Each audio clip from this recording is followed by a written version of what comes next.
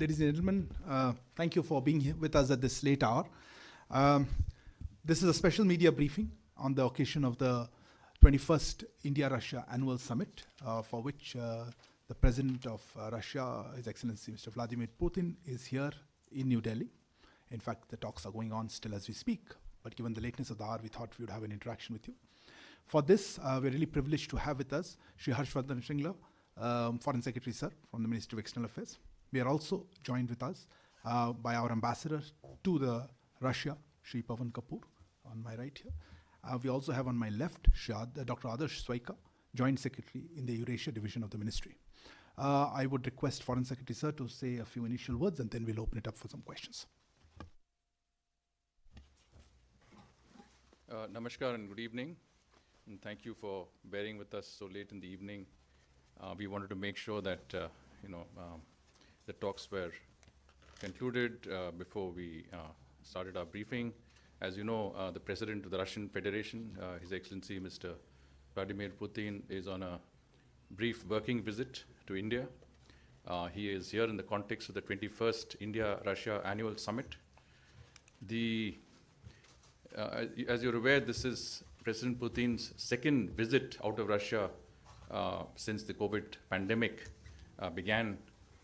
The only other visit he has undertaken was a brief visit to Geneva for the Russia-US summit that he had with President Biden. The fact that President Putin has decided to visit India for our annual summit exceptionally is an indication of the importance he attaches to the bilateral relationship and, of course, his personal rapport with Prime Minister Shri Narendra Modi ji. You're also aware that President Putin had conferred Russia's highest civilian award on the Prime Minister in 2019. The visit of President Putin is short, but nonetheless highly productive, highly substantive. There were excellent discussions between the two leaders, and much of this will be reflected in the outcome document that is expected to be issued shortly. The visit concluded in a joint statement titled India-Russia Partnership for Peace, Progress and Prosperity.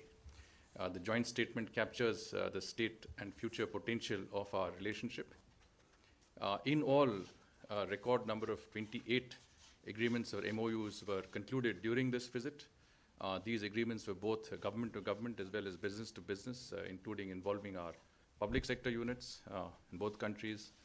The agreements cover a very wide range of sectors, including trade, energy, culture, intellectual property, accountancy, cyber attacks in the banking sector, manpower, geological exploration, survey, education, etc. India and Russia have also signed a program of cooperation in the field of defense for the next 10 years, 2021 to 2031. The diversity of agreements and MOUs signed today shows the multifaceted nature of our bilateral partnership. We will be sharing the joint statement and the list of agreements concluded with you shortly. The Prime Minister and President Putin held in-depth discussions on strengthening our bilateral and multilateral cooperation in the spirit of our special and privileged strategic partnership. Both leaders noted that the extent of our bilateral cooperation in fighting the COVID pandemic was significant, in particular in the areas of vaccines and humanitarian assistance. It would be recalled that fairly early in the COVID pandemic, India had supplied COVID-related medicines to 25 regions and over 60 hospitals of Russia. In the same spirit of solidarity, Russia supported our efforts to fight the second wave of the pandemic. We'll also recall that President Putin spoke to Prime Minister Modi on the 28th of April this year, after which there was extensive Russian support and solidarity in the form of the supply of concentrators, medicines, and so on and so forth. Prime Minister thanked President Putin for the welfare of the Indian community in Russia, especially during the COVID pandemic, particularly for the 15,000 Indian students resident in Russia. Both leaders discussed the need for mutual recognition of vaccine certification to enable easier travel of our citizens to each other's countries. The enhancing bilateral trade and investments figured prominently in the talks. This year we have noticed an encouraging trend of growth in our trade compared to last year, when there was a downturn owing to the COVID pandemic.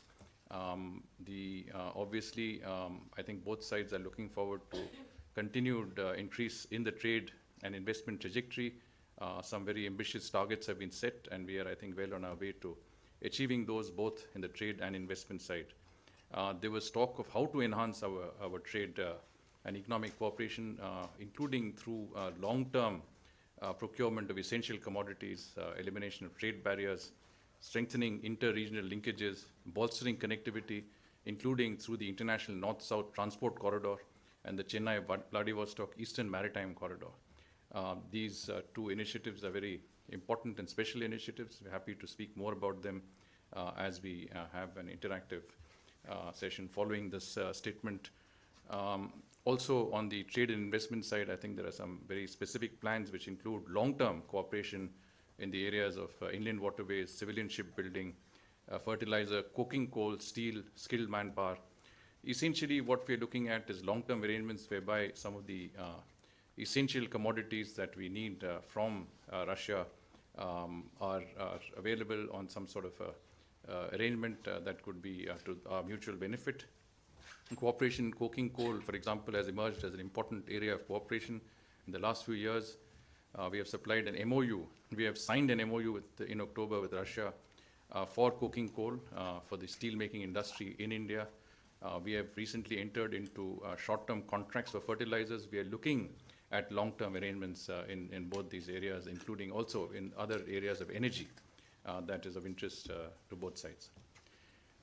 There was a discussion on follow-up to cooperation in the Russian Far East. You will recall that Prime Minister had visited Vladivostok in 2009 for the last annual summit, where he was also guest of honor at the Eastern Economic Forum in Vladivostok.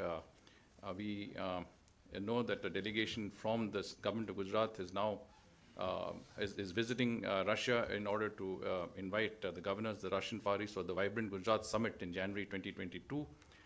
There are a number of other areas of cooperation there which are progressing, and I think the leaders had opportunity to take stock of that. There was also discussion in detail about our cooperation in the strategic area of energy.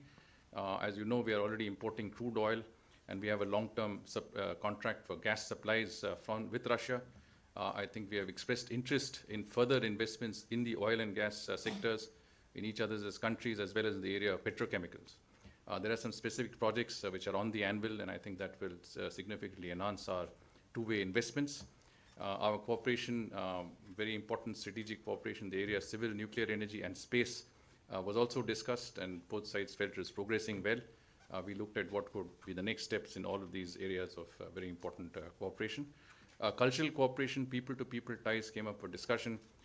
We hope to further enhance this cooperation with the signing of a cultural exchange program for 2021-24.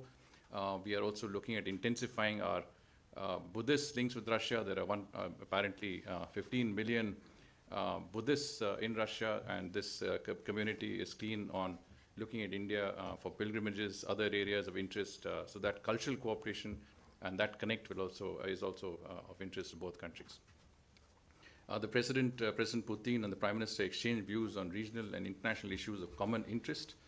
They decided to continue close consultation and coordination between India and Russia on the situation in Afghanistan, including for a peaceful, secure and stable Afghanistan with an inclusive government that represents all sections of society. Both sides were also very clear that Afghanistan territory should not be used for sheltering, training or planning, financing any acts of terrorism. There were, of course, concerns over the issue of drugs and other concerns that could emanate from Afghanistan. There was a need to, obviously, felt that humanitarian assistance to the people of Afghanistan was important. There was a lot of emphasis on the issue of counterterrorism. I think both sides were clear that this is an area of common interest, as, of course, similarity views on all issues of regional and global importance.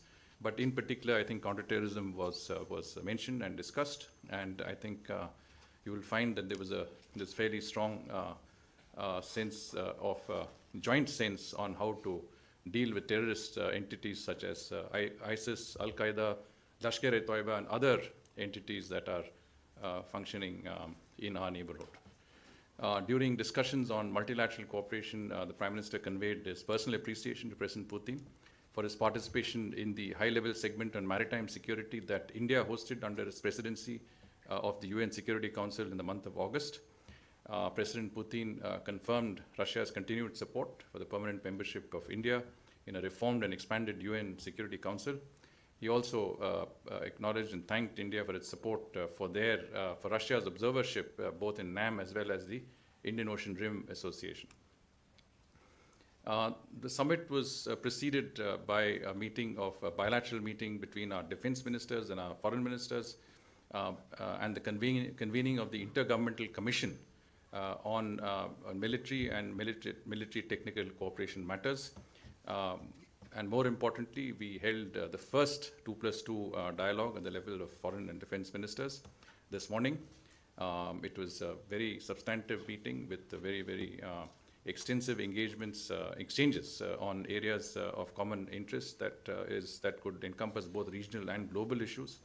And I think both sides appreciated the opportunity for this fairly candid exchange on views that seem to reflect a great deal of commonality in our thinking and our positions on various matters that were discussed. The 2+2 dialogue also allowed exchanges on areas that we had an interest in our own neighborhood, such as Afghanistan, other international hotspots. On the COVID-19 pandemic, I think the inadequacy of existing multilateral systems to respond to threats in an integrated and networked world was certainly discussed, and both sides were on the same page. Ministers agreed that the 2+2 dialogue helped in exchanging perspectives on important issues. Russian defense and foreign ministers invited their counterparts, our defense Raksha Mantri and External Affairs Minister, to visit Russia for the next 2+2 dialogue next year. The invitation was accepted, and dates will be decided through diplomatic channels. As you can imagine, a very extensive cooperation extended to acknowledging the 50th anniversary of the 1971 Treaty of Peace, Friendship and Cooperation signed between India and the then Soviet Union. Also 2 decades of the Declaration of Strategic Partnership. This was in 2000 when President Putin had visited India that the strategic partnership was established. It's been 2 decades since then. Just to sum up, very positive trajectory of trade and investment relationship, new drivers of economic growth such as long-term sourcing and of course investment cooperation, areas like fertilizers, coking coal, gas were certainly identified as possible areas of mutual interest. I think there was a sense that Russian companies could enhance their involvement in the 13 key sectors of the production-linked incentive scheme of the Government of India under our Atmanirbhar Bharat program and Make in India initiatives. There was a greater intensity of inter-regional dialogue on economic cooperation between the states, our states and the regions of Russia. I did mention about the Vibrant Gujarat initiative involving the Russian Far East. As an example, there was some reference to this. There was, of course, a very important development in the signing of the military cooperation program for the next 10 years.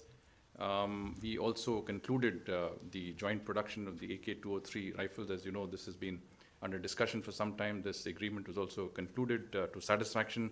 It is another example of joint manufacturing under the Make in India program, greater involvement of Russia in investing in India jointly with Indian companies. The international north-south corridor, as I mentioned, provides a very, very cost-effective, faster multimodal transportation between Russia, Central Asia, Iran, and India using the Chabahar port, and that connectivity is something that is under discussion between the 2 sides as well as our other partners, including Iran and Central Asian states. There was appreciation on the space program, training of 4 Indian cosmonauts who are on the Gaganyaan mission They've concluded their training, but there is many other areas of cooperation with Russia in the space sector, including joint development, joint R&D, etc. In terms of, I mentioned about the importance attached to terrorism by both sides, including the fact that both sides stressed on the need to address the scourge of cross-border terrorism. I think both sides shared their commitment to fight against international terrorism, the need for concerted action against all terrorist groups, including those proscribed by the United Nations. Both sides felt it was important that the perpetrators of terrorism be brought to justice. In that context, there was a need felt to support and strengthen the FATF mechanism and the UN Office of Counterterrorism. On Afghanistan, again, I mentioned the main elements, including the issue of terrorism emanating from Afghanistan, concerns in that regard. And of course, both sides felt that the safeguarding of global commons, including our oceans, etc., principles of transparency, and of course, the need for a post-pandemic world to have transparent, reliable, and resilient supply chains was also discussed. So this is in very brief. Of course, we'll be happy to respond to questions now. Thank you. Thank you very much, sir, for such a comprehensive overview. I will take a few questions now, but please introduce yourself and the outlet that you start off with. Pranay, please. Foreign secretary, मेरा सवाल 2+2 dialogue को लेकर है. उसमें भारत की तरफ से जब चीन ईस्टर्न लद्दाख के टेंशन को लेकर उठाया गया मुद्दा, तो रशिया की तरफ से क्या कहा गया, क्या उसमें सहमति जताई गई, और दूसरा रशिया की तरफ से जब ऑकस को लेकर टिप्पणी की गई, तो क्या भारत वो कंसर्न शेयर करता है कि ऑस्ट्रेलिया को न्यूक्लियर पावर सबमरीन की सप्लाई जो है वो इस इलाके में और आसियान रीजन को न्यूक्लियराइज करने की का खतरा पैदा कर सकती है? Smita Sharma, contributing editor with India Ahead. Just to follow up on Pranay's question, I mean, Mr. Lavrov speaking to press after the 2+2, and I'm quoting him, he said, "We expressed our concern about the activities taking place in this region under the slogan of Indo-Pacific strategy, where we see non-inclusive blocs, the latest being AUKUS." What was the nature of the discussions on Quad and Indo-Pacific as it emerged as a key area of divergence between the two countries? And just a quick reaction on if the Ukrainian military developments came up for discussion, if India has a view of that and the tensions between US and Russia at the moment. Siddhant. Hi, sir. Siddhant from Beyond. My question is, was there a conversation regarding Chinese aggressiveness during Prime Minister Modi and President Putin's meeting? Also, on Pakistan-based international terror groups, how much there was conversation between the two leaders? I saw a hand there. Yeah, please. Sir, I'm Akhilesh Suman from Sansar TV. Was any talk on the issue of America and China between Prime Minister and President? And final round of this question on there. You had a query? No. Mujib Mashal from the New York Times. If I can ask, sir, is there an update on the S-400? Was that discussed? And what is the latest on that? And how do you balance that with the US threats of sanctions if India continues with that deal? So I think we'll take this round of questions if permitted. So let me try and respond to some of these. Some questions do overlap, and I'll try and respond in in general terms. I think the issue, one of the issues raised was, concern about the Indo-Pacific strategy. Here, I would say that the discussions at the 2+2 were quite extensive, covered a very wide range of areas. We discussed Southeast Asia, ASEAN, and of course we did discuss the Indo-Pacific and India security concerns. I would think that as far as the Indo-Pacific is concerned, there was a sense that we are cooperating quite extensively already with Russia on areas that involve the region. I did mention the Vladivostok-Chennai maritime corridor, that link, which is an important one, where the DPR is nearing completion, and we are looking at operationalizing that corridor, that maritime corridor, quite soon. We are working, we've also discussed with Russia on extending our cooperation in the Indian Ocean region also, maritime cooperation. So we're working with Russia in the region. But on all issues that have been mentioned, Pranay, आपने भी चीन के बारे में जिक्र किया था, eastern Ladakh की जो अभी जो समस्या जो स्थिति वहाँ पे है, इसके बारे में चर्चा के बारे में आपने जिक्र किया। तो ये मैं कह सकता हूँ कि जितने भी मुद्दे थे इंडो पैसिफिक और जो हमारे सुरक्षा के अनुसार जो कंसर्न्स थे, वो सब डिस्कस किए गए हैं और इससे ज़्यादा मैं अभी कह नहीं पाऊँगा। With regard to, I think, the issue of Pak-based terror groups, I think this is a question that Siddhant had raised. As I told you, there was a strong convergence on the issue of counterterrorism. There was a sense by both sides that strong action needed to be taken by the international community to address the issue of terrorism, particularly cross-border terrorism. Specific reference was made to the Lashkar-e-Toiba and other groups operating in our region. I think you can understand from this that there was the fullest sense that all those responsible for terrorism in our neighborhood need to be certainly taken into account by the international community. With regard to the Ukrainian military developments, I think Smita had asked that question. In the 2+2, I think the Russian side did provide a briefing on that situation. I don't think there was anything beyond that. I think Mujib had raised a question on the S-400. I think there was a sense that the S-400, which as you're aware is a legacy contract going back to 2018 and in fact discussed well before that. Supplies have begun this month and will continue to happen. On all issues relating to other countries, I think there was some mention of some other countries. It is important to note that whether it is us or Russia, we conduct an independent foreign policy, and I don't think we need to look at our relationship in the light of any other relationship that is there. Thank you, sir. We'll take, yeah, please.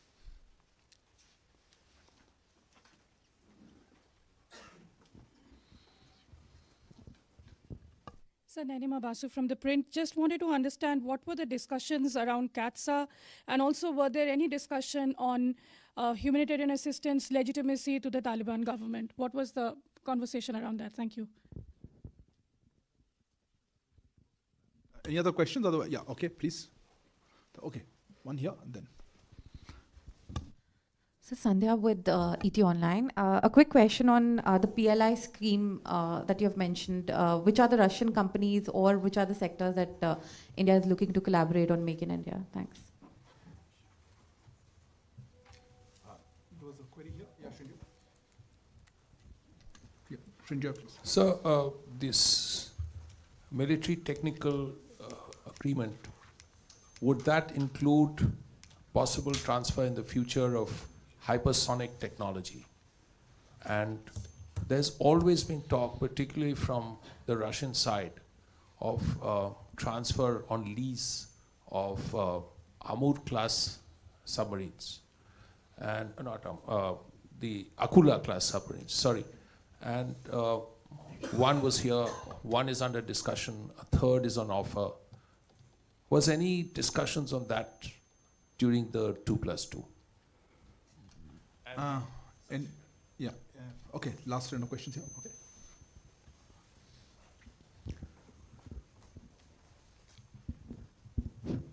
Sir, Suman Sharma from European Security and Defense. Sir, was logistic support agreement signed or not? Okay, so if I could, and we'll close with that. Well, let's start with RELOS, the Reciprocal Logistical Support Agreement.